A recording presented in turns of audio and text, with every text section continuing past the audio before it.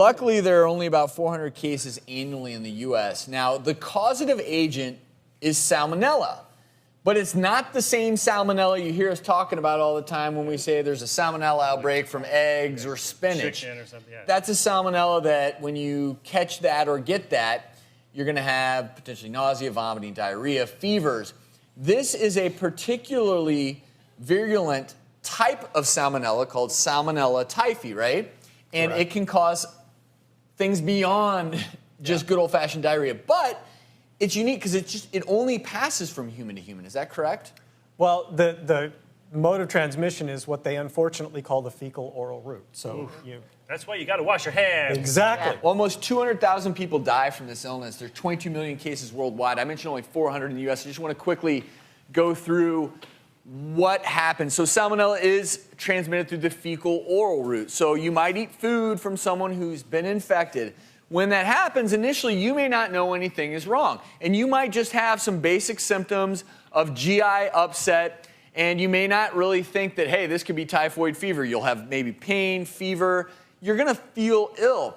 But with typhoid fever, it's really what happens over time. Over the course of the next week or two, instead of getting better, you're potentially getting more and more sick. And what happens is that strain of salmonella will actually become invasive into your intestines. When that happens, in some cases, you can actually get perforation of your bowel. When that perforation occurs, bowel contents can leak into the abdominal cavity. You can then suffer from sepsis and end up with multi-organ system. You can die from it. Absolutely. Sure. But antibiotics, it can be very beneficial. It's really tough to diagnose.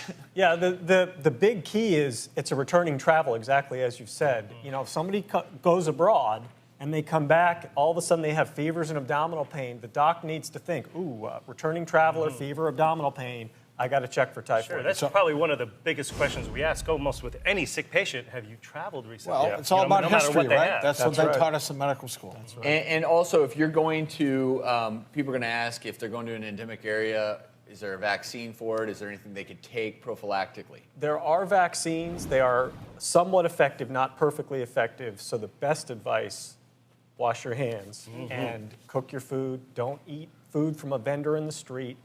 If you can't peel it or cook it, or wash it, you shouldn't be eating it overseas.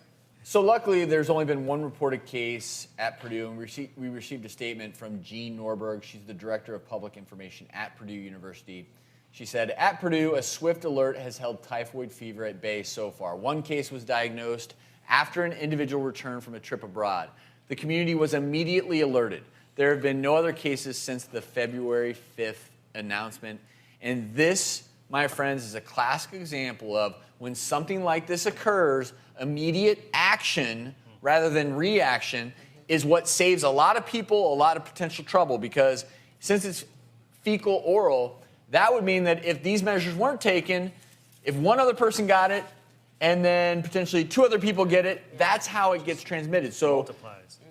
if there is a typhoid fever outbreak, Purdue University did exactly the right thing. They notified the public, and luckily there's been only one case.